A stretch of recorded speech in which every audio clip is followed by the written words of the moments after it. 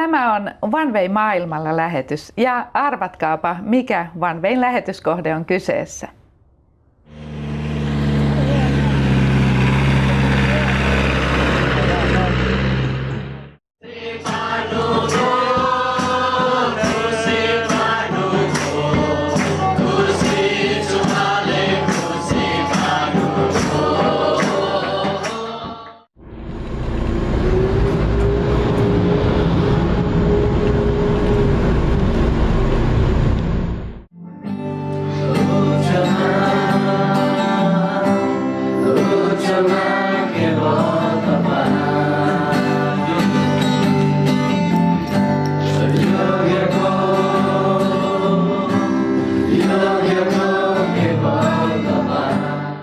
Tämänkertainen maa on Nepal ja kanssani täällä studiossa on Nepalin työn koordinaattori Sami Kosonen.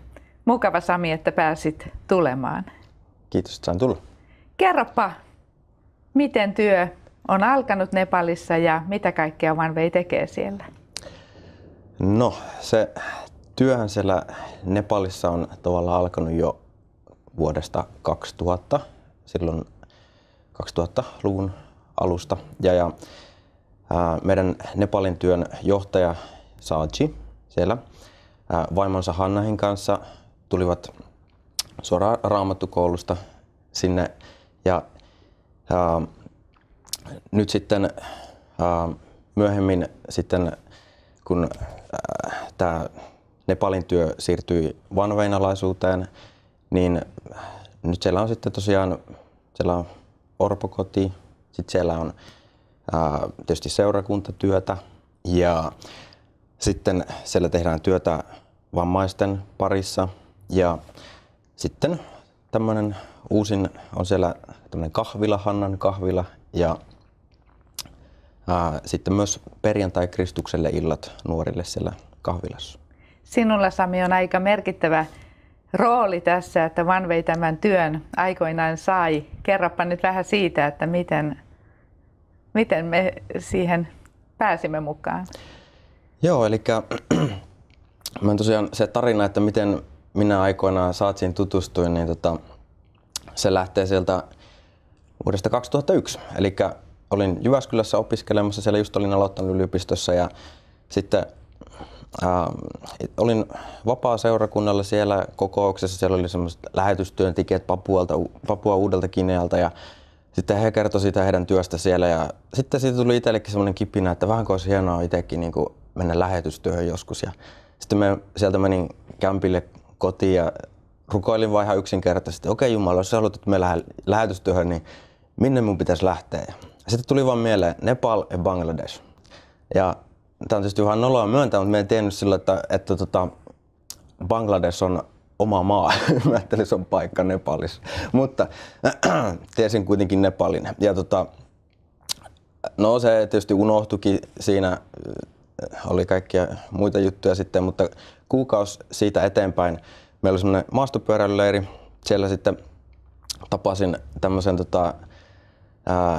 kaverin kuin Harri Hietanen ja hän on semmoinen kaveri, joka on seikkaillut tuolla Bangladesin maaseudulla ja osaa niitä kieliä siellä. Ja sitten hän, kun ensimmäistä kertaa tavattiin tämän kaverin kanssa ja sitten se vaan niin kuin näytti valokuvia sieltä Bangladesin reissuilta ja sitten heitti tällainen mulla ihan vaan siinä, että mä oon ajatellut lähteä taas tuossa syksyllä sinne Bangladesiin ja Nepaliin ja mahdollisesti Intiankin siinä. Ja, että haluaisitko lähteä mukaan? Sitten mä muistin, että hetkinen, että kuukausi sitten mä kysyin, että mihinkä mun pitäisi lähteä, oli Nepal ja Bangladesh. Ja nyt mä ajattelen, että tämä ei voi olla niinku sattumaa, että sitten mä sitä niinku siinä sitten mietin muutaman päivän ja sitten sanoin sille, että okei, että ruvetaan valmistelemaan matkaa ja sitten myin tietokoneet ja kämpän luovutin pois ja otin välivuoden sitten yliopistosta ja sinne sitten syksyllä 2001 lähdettiin. Ja sillä reissulla tapasit sitten Sajin? Kyllä, sillä reissulla sitten siellä oli me tutustuin siellä semmoiseen nepalaiseen kaveriin, joka vei minun sen moottoripyörällä ympäri Kathmandu laaksoa eri paikkoihin ja hän opiskeli semmoisessa raamattukoulussa siellä, jossa Saatsi oli taas opettajana. Ja sitten Saatsin kanssa tavattiin siellä sen raamattukoulun sitten siellä ruokalassa ja sitten minulla oli just semmoinen tilanne, että tarvitsin silloin majapaikkaa ja sitten vielä siinä ensi tapaamisella Saatsi sitten kutsui, että hei, että haluaisitko tulla loppuajaksi asumaan meidän kotiin. Ja siellä kuukauden verran sitten asuin heidän kanssa ja menin Saatsin kanssa sitten ympäri Nepalia eri seurakunnissa käytiin ja se oli hieno seikkailua ja tutustuttiin siinä hyvin ja syntyi jo siinä vaiheessa semmoinen luottamus ja näin, että miten hän on ja tekee sillä tärkeää työtä. Näin Jumala johdattaa. Katsotaanpa, mitä Saatsi itse sanoo tuosta samasta ajasta. Katsotaan filmin pätkä.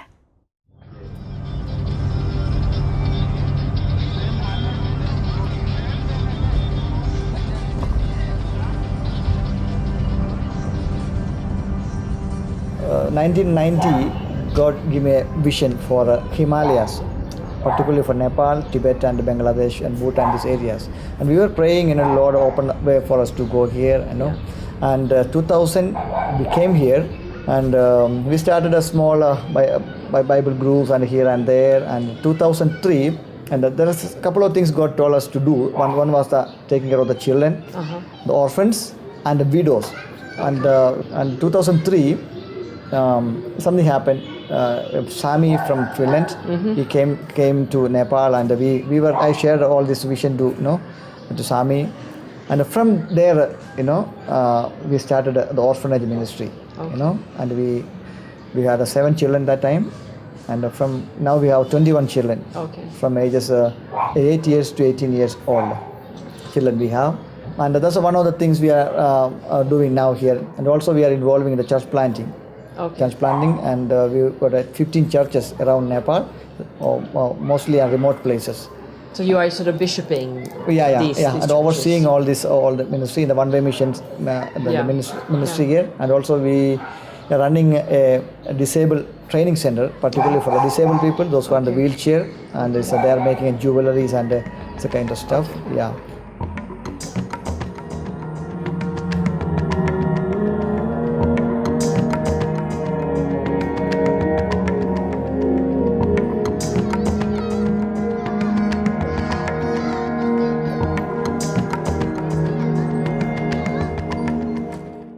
No siinä oli Sami pieni pätkä siitä, mitä Saatsi kertoo tuosta työstä ja työn alusta.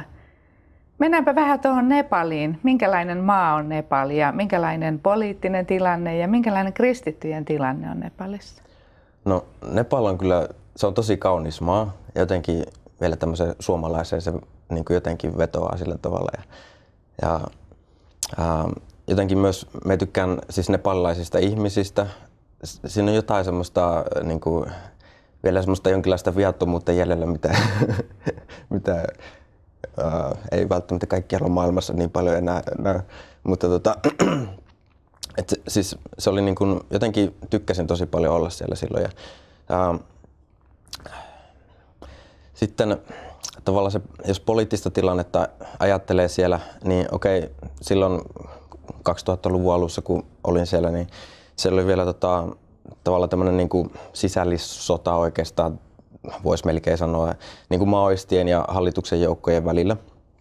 Ja siellä oli semmoisia niin kuin yleislakkoja ja ulkona liikkumiskieltoja ja välillä räjähteli painekattilapommit ja siis semmoisia, ei mulla niin kuin itselläni en ollut missään siis silleen vaarassa enkä sillä tavalla, mutta että semmoinen epävakaa poliittinen tilanne niin kuin oli jo silloin. Ja siihen aikaan se oli vielä hindu-kuningaskunta ja maoistit halus saada kuninkaan syrjäytettyä sieltä ja no sitten he siinä myöhemmin onnistuivatkin ja tietysti yksi semmoinen syy, että minkä takia niin kuin maoistit sai sellaista valtaa on, että tietysti niin kuin monet ihmiset oli tyytymättömiä, niin kuin varsinkin vähän köyhemmät ihmiset, niin siihen tilanteeseen ja he halusivat muutosta ja siinä nyt oli sitten nämä maoistit, jotka oli tarjoamassa jonkinlaista muutosta. Mutta no aika useinhan se tietysti menee niin kuin tässä maailmassa sillä tavalla, että no mennään ojasta allikkoon monesti, mutta nyt siellä sitten maoistit sai olla vallassa jonkun aikaa ja nyt taas vaaleissa sitten he koki tappion tässä näin ja edelleen siellä on semmoista epävakaata ollut se. Mutta kuitenkin niin kun, jos taas miettii sitten, että miten se on kristittyihin vaikuttanut, niin silloin just 2000-luvun alussa ja silloin niin oli sillä tavalla, että lähinnä niin kun ehkä enemmän maoistien ja tälleen painostuksen takia ja myös niin kun ihan siis niin kun hallituksen politiikan takia niin kristityt ei voinut ihan niin avoimesti siis sillä tavalla niin kuin kokoontua ja siis silleen, että esimerkiksi käytiin siellä yhdessä seurakunnassa siellä missä pastoria oli jo niin kuin, silloin oli antettu 3 varoitusta ja hän tiesi, että hän on siellä maoistien mustalla listalla ja tiesi monentena, kun hän siellä on ja sitten silloin he vielä jatkoi niitä kokoontumisia ja sitten myöhemmin kun minä olin tullut sieltä jo Suomeen, niin sitten kuulin sitten uutisia, että se oli räjäytetty se seurakuntarakennus. Mutta ei he siihen lopettanut, vasta he alkoi kokoontumaan kodeissa ja aina vaihtoi sitten sitä paikkaa. Ja sitten se pastori kävi niin kuin siellä, sitten sieltä Katmandusta käsin matkusti pitkän matkan aina sinne sitten säännöllisin väliä. Mutta sitten se no okei, silloinkin siellä Katmandussakin, siellä kaupungissa oli kuitenkin isoja seurakuntia, jotka ihan avoimesti kokoontui ja tällä tavalla, että ehkä se oli vähän semmoista, tietyillä alueilla oli vähän vaikeampaa kuin toisilla alueilla. Nyt sitten Nepalista tuli sekulaari valtio sit siinä ja tuli tavallaan niin kuin kristityille niin kuin suurempi vapaus. Eli kun aikaisemmin oli ollut semmoinen lakikin ihan, että jos kerrot evankeliumia jollekin ja hän kääntyy, niin siitä sai niin kuin evankelista 3 vuotta vankeutta ja sitten jos kastoi, niin sitten tuplat eli 6 vuotta vankeutta. No sitä nyt ei tietysti niin aina laitettu käytäntöön sitä lakia niin usein, mutta kyllä siellä eräs norjalainenkin mies olikohan hän 3 kuukautta vankilassa. Mutta nyt sitten sen jälkeen kun Nepalista tuli sekulaarivaltio, niin Saatsikin siellä sitten kokeili sillä samalla alueella, missä se seurakuntarakennus oli räjäytetty, niin siellä he kokeili sitä vapautta. He järjesti ulkoilma evankelioimiskokouksen siellä. Me oli aika, että vau, että olette aika rohkeita. Ja se oli mennyt ihan hyvin. Ja nyt saatte rukoilla Nepalin puolesta, että tämmöinen niin kuin jatkuu, että ei tule enää semmoisia niin kuin lakeja, että ei saa kertoa evankeliumia ja että ei saa kastaa ja että saisi jatkuu se vapaus. Totta kai siellä niin kuin tälläkin hetkellä sitten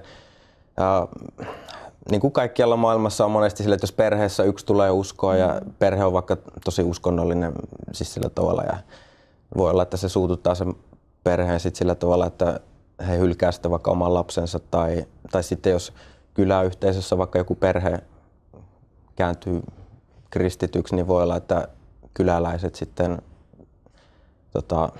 aiheuttaa hankaluuksia ja tuhoa. Esimerkiksi saattaa sille, että tulee ottaa kotoa kaikki, mitä sieltä irti lähtee ja tuhoaa ne, heittää vaikka johonkin kaivoon tai jotain tämmöistä saattaa tapahtua.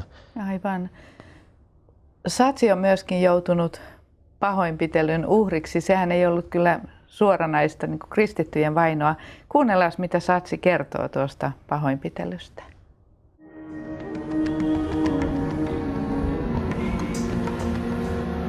It happened almost 2 years back.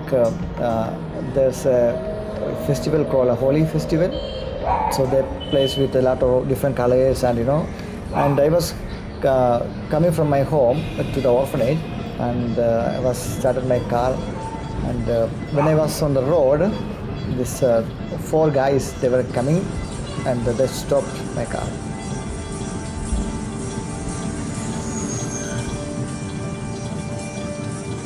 They were drunk and they put all the colors in their hand and started to hit the car here and there, and they told me you have to put the tikka, the color in my head, the red color in the forehead. So I said no, I'm sorry, I don't want.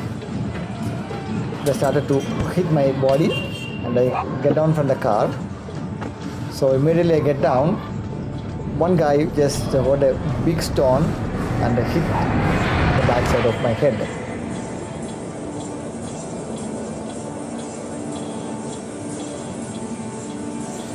So it was all over my body, the blood was here and there, and the military and the police came and brought me to the emergency in the hospital. So, and they asked, Sajid, do you want to put any case against these people? I said, we don't want, we are Christian, we don't want to put any case. You're not charging? Yeah, charging anything. And as long as they can repair my car, that's already damaged, so that's fine. So on the next day, the Saturday, the 2 guys hit me and their parents also came to my house and they apologized. They said, we are really sorry for that one. And we had a good time, we shared the gospel and why Jesus died on the cross. It was the Fridays happened. Yeah, exactly. So, and what's the meaning of the Good Friday, we explained very well. And that was one of the incident happened. Se oli itsessään kurja tapahtuma ja yhä Satsi kärsii päänsärystä näiden iskujen tähden, mutta toisaalta ihana osoitus Jumalan rakkaudesta ja siitä Jumalan lasten rakkaudesta myöskin.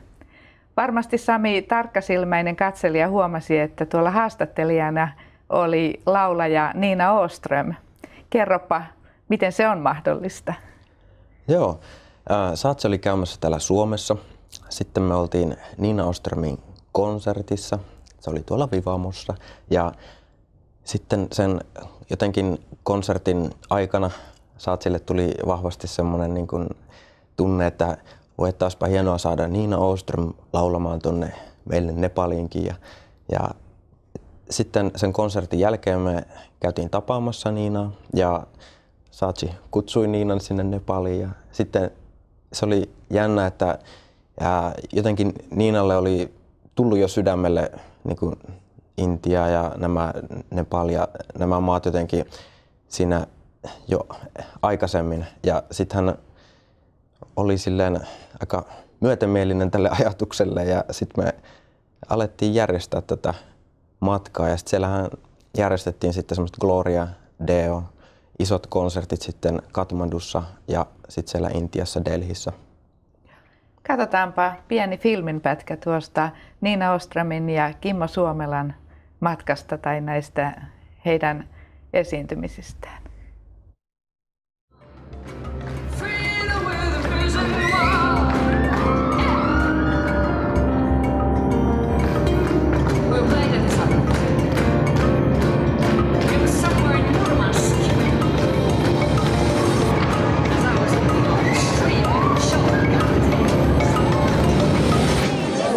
Kun me voidaan vaan nyt tulla siihen samalle alkupuolelle ja päästä semmoisen yhteyteen heidän kanssaan, että se ei ole vain että joku esiintyy siinä ja toiset kuuntelee, vaan että me yhdessä ollaan siinä ja me kommunikoidaan keskenään.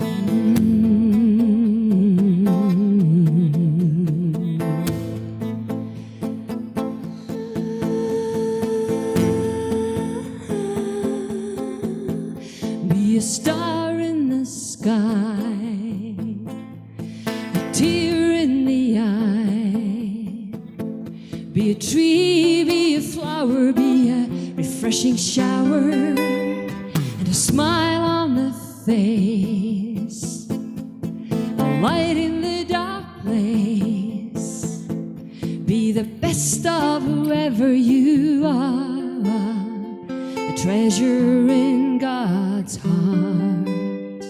Oli tosi semmoinen niin kuin hieno tilaisuus näille ihmisille siellä. Siellä oli paljon esimerkiksi niin kuin sokeutuneita ja ihan syntymästäänkin saakka sokeita.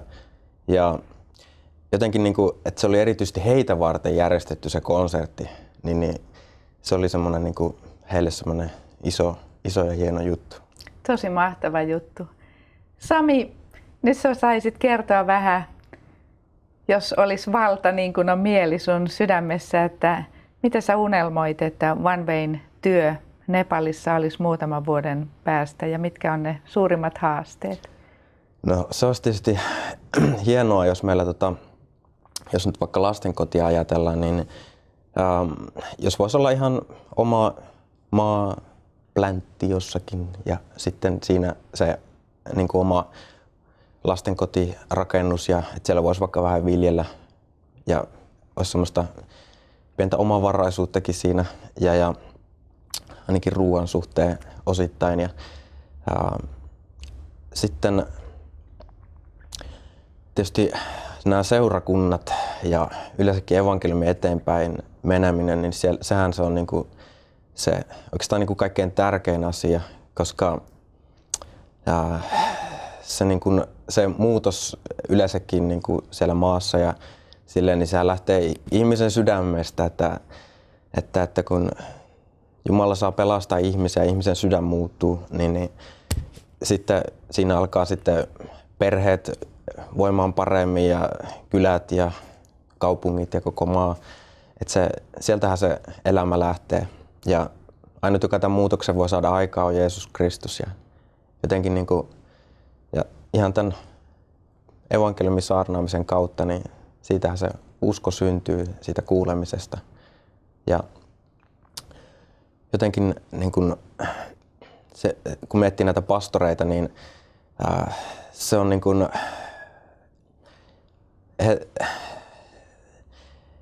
se, että niin kun he pärjää siellä siis yleensäkin, niin se on niin kun ihme. Siis kun miettii, että siellä maaseudulla niin kun normaalista vaikka maanviljelijä perheessä, niin miehet joutuu menemään Intian puolelle muutamaksi kuukaudeksi niin kuin vuodesta tekemään töitä, että perhe saa riittävästi elantoa. Niin saatiin sitten pastori, joka pitää olla siellä seurakunnan kanssa siellä. Ei hän voi mennä Intiaan muutamaksi kuukaudeksi. Ja sitten se on monesti aika yksinäistä myös sitten pastorilla siellä, varsinkin jos on semmoinen vähän niin kuin uudempi alue. Ja sitten se on kuitenkin niin kuin tosi hienoa siis siellä, silleenkin ajatella siellä Nepalissa, että siellä on siis semmoisia alueita, semmoisia heimoja, jotka niin kuin ei ole koskaan kuullutkaan evankeliumia. Ja Jeesus ei tule takaisin ennen kuin ne heimot on kuullut Jeesuksesta.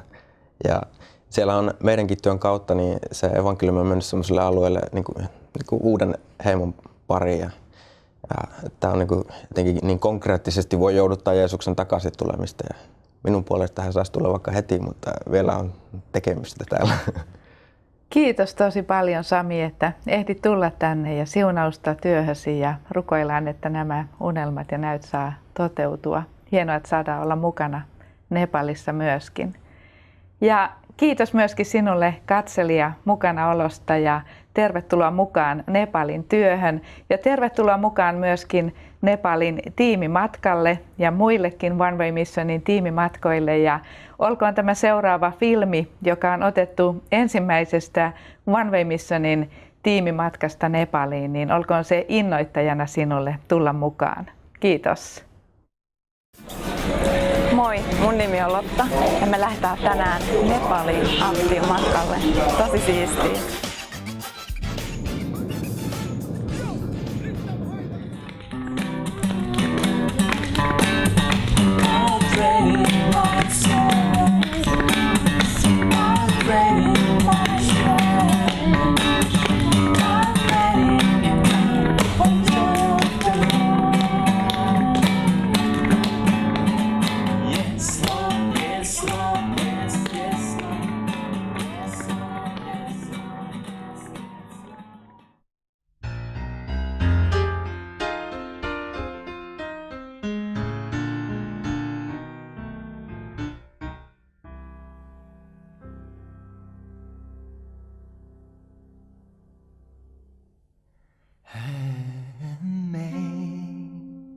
Amazing grace, how sweet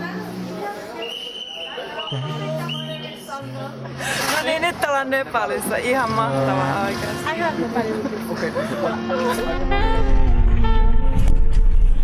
Kiva tää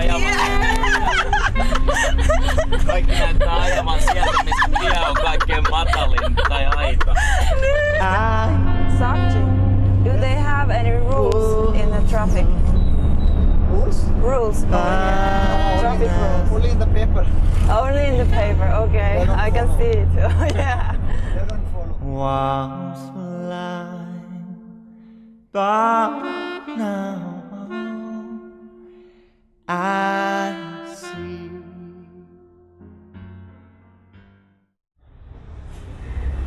Mulle tuli mieleen Jeesuksen opetuksista se kohta, että menkää kaikkialle maailmaan ja julistakaa evankeliumia.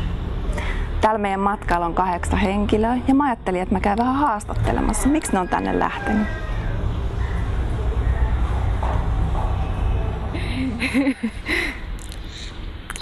Moi, olen Aradna Kosonen ja olen intialainen, mutta asun Suomessa, koska naimisiin saami kanssa. Ja mä en tiedä miksi mä tulin Nepal, koska niin en tiedä, mutta uskon, että Jumalalla on hyvä suunnitelma mun elämästä. आप विश्वास करते हो? मैं विश्वासी हूँ।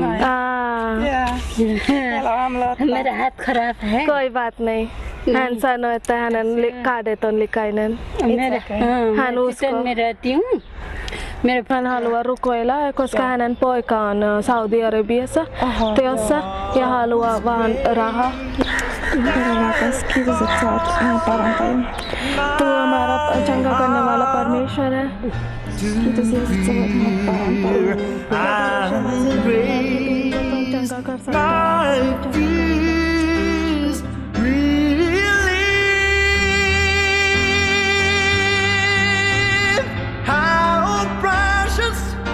How precious did that grace appear? Did that grace appear? The hour I first believed. Tänään me päästään käymään paikallisessa seurakunnassa, missä Saartsi pitää raamattutunnin. Mekin ehkä päästään todista. Käydään kattoo, minkälaista siellä on.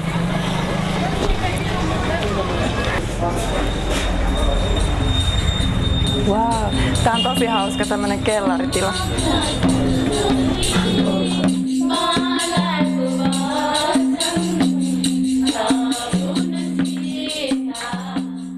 It is very easy to preach, वचन प्रचार गर्नु चाहिँ धेरै सरल कुरा हो, सजिलो कुरा हो, but it is very difficult to put it into practice. तर त्यसलाई काममा लैजान चाहिँ धेरै किन पर्दछ। Because our Heavenly Father, what is expecting from us? The fruits. त्यसकारण So when the people will see us, you know that Jesus said, "You are the light of the world." त्यसकारण जब संसारिक मानिसले हामीलाई हेर्दछ, I was getting interested in New Age and Hinduism and Buddhism and stuff like that. A little bit. I started to meditate and stuff like that. And some kind of hatred started to grow in me, like hatred to every people, to my family, to my friends, and I just wanted to somehow destroy everything good in my life. Whenever we are doing bad things, Jesus is always there and he is suffering. And when we do good, he's like happy. And something changed inside of me. Somehow I get the warmth inside of me that I didn't have before.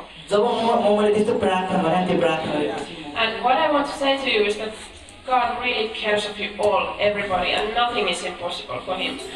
And give all to God.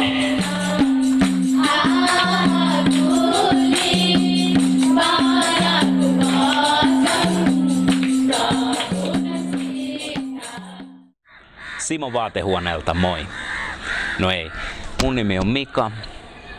Mun ja vaimoni Lotan kohdalla tämän matkan ei käytännössä pitänyt edes toteutua. Eli meillä ei ollut rahaa, meillä ei ollut aikaa, meillä ei ollut mitään mahiksia lähteä tänne. Mutta sitten tämä vaan yliluonnollisella tavalla järjestyi ja me päästiin lähteä. Ja Tämä on ollut jo tähän mennessä uskomattoman ihmeellinen reissu ja selkeästi näkee, että Jumalalla on suunnitelma ja varmasti tulee loppuaikakin olemaan. Ja mun osalta mä kuvaan tätä videoa, mitä nytkin katsotaan ja tarkoitus on kuvata tää niinku koko paketti ja tehdä siitä semmonen ytimekäs video.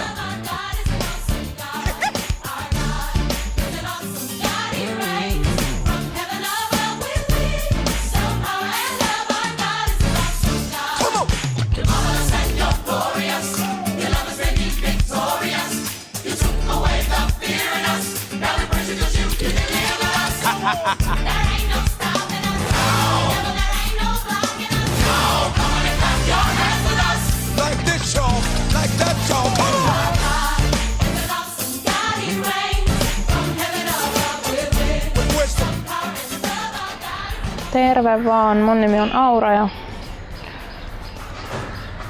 mä lähdin tälle matkalle oikeastaan aika silleen extempore. Tässä on kyllä oikeasti tuntuu silleen, että Jumala on tehnyt mun sydämessä ainakin työtä. Et kun on nähnyt kaiken tämän köyhyyden ja tämmöisen, miten vähällä ihmiset elää täällä. Niin sit se, että tavallaan ne ulkoiset asiat ei voi olla se oman elämän perusta eikä turva, vaan että se niinku ilo ja rauha ja ravinto, niin se tulee oikeastaan ihan muualta. Se on sisällä ja se tulee siitä suhteesta Herran kanssa. What is your name? My name is Vishal Tamang. Vishal. How old are you? I am Borson. Borson. I am 14 years old. 14 years. How did you come on the street? कति वर्ष भयो त यहाँ street and dad is for wine, eat for wine, you know, and he beat for all time. Alcoholic? Yeah. Okay. How is your life here? What do you do? कति life तेरो कस्तो life is danger for danger for in the street, you know.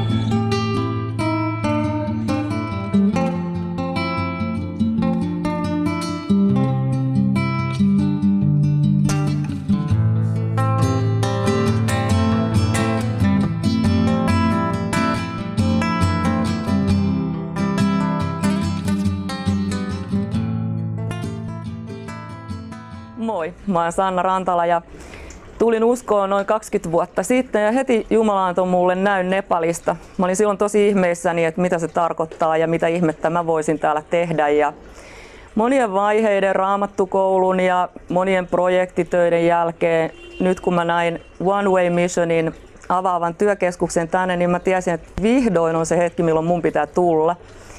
Mua kiinnostaa lähinnä naisten auttaminen ja kaikenlainen käsityö, tuotteiden tuonti ja mahdollisesti oma suunnittelu ja teettäminen täällä. Ja kiitos Herralle, mäkin löysin tässä ihan kummallisten johdatusten kautta muutaman tosi kivan yhteistyökumppanin ja sain valtavan määrän nyt tietoa ja työkaluja käteen ja voin ihan uusin ajatuksiin lähteä Suomeen ja aloittaa sitä, mitä varten mä uskon, että Jumala on mut tänne lähettänyt.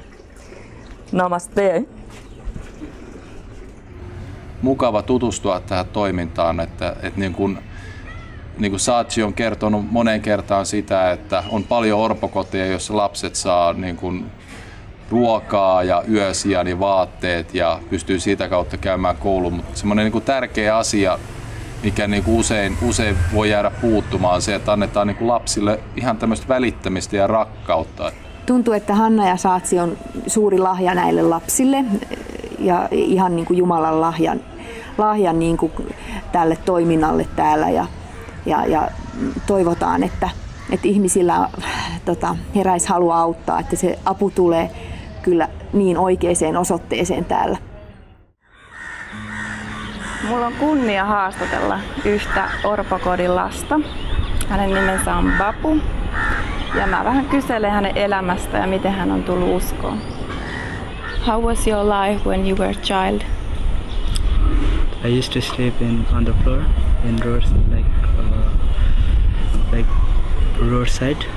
Yes. And then even 1 day or 2 days I haven't get to eat also, but I used to sleep with hungry, empty stomach. I haven't get chance to study because of my father and mother. They left me. In 12 years I came here I don't know what is the meaning of Christian. Even I don't know that Hindu Christian. When she was telling about heaven and hell, immediately my mind changed. I cannot stop my praying, even though they stop. I don't want to stop my prayer. From there, I was asking to God to wash my sin. Even though my father and mother left, but someone is there. Like all things, father, mother, dad, all. There's one who cares me. Even though he loves me, even though people will hate me, but he still loves me.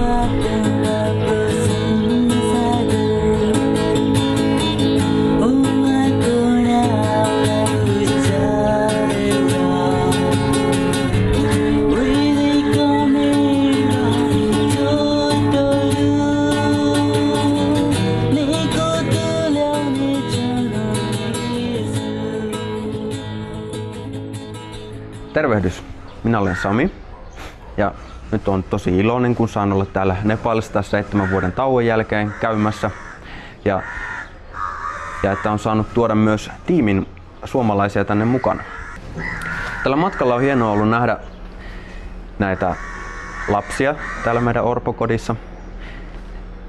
He oikeasti saa täällä kasvaa semmoisessa rakkaudellisessa ilmapiirissä, että he ei asu vaan jossain hostellissa, jossa heidän fyysisistä tarpeista pidetään huolta, vaan oikeasti heitä rakastetaan täällä näin. Ja he saa täällä oppia tuntemaan Jeesuksen ja kasvaa hänen tuntemisessa. On ollut myös hienoa nähdä, miten tuolla käsityökoulutuskeskuksessa vammautuneet miehet ja nuoret kristityt naiset on saaneet oppia semmoisia taitoja, että he pystyvät elättämään heidän perheensä. Meillä on ollut mahdollisuus käydä tutustumassa eri seurakuntiin ja pastoreihin. Ja nämä pastorit tekevät siellä tosi arvokasta työtä pienellä palkalla ja kuitenkin iloisella mielellä. Ja nämä pastorit oikeasti tarvitsevat meidän tukea, koska täällä on normaalistikin ihmisillä vaikea hankkia itselleen elantoa. Me käytiin muun muassa tutustumassa Alapotin seurakuntaan ja siellä olevaan pastorin ja hänen perheeseen. Ja siellä uskovat oli pari vuotta kokoontunut pastorin kodissa, joka oli tosi pieni ja siellä oli muutama neliömetri tilaa kokoontua. Mutta siihenkin pienen tilaan ahtautui aina noin 30 ihmistä. Ja nyt sitten meillä oli ilo olla siellä uuden seurakuntarakennuksen avajaisissa. Nämä uskovat oli itse saanut kerättyä jo suurimman osan siitä tarvittavista varoista. Ja sitten me suomalaiset saatiin olla vielä auttamassa vähän, että saatiin katto pään päälle ja matto lattialle. Ja ne oli tosi kiitollisia siellä, ne uskovat siitä uudesta rakennuksesta ja se on heille oikeasti tosi iso apu. Tämmöisiä vastaavia seurakuntia täällä on muitakin ja näkynä on, että seuraavan 10 vuoden aikana saataisiin istutettua 100 uutta seurakuntaa ympäri Nepalia. Meillä on täällä Nepalissa todella luotettavat ja hyvät yhteistyökumppanit. Saji ja Hanna täällä on tehnyt todella hyvää työtä, kun he on organisoinut kaikkea tätä toimintaa täällä.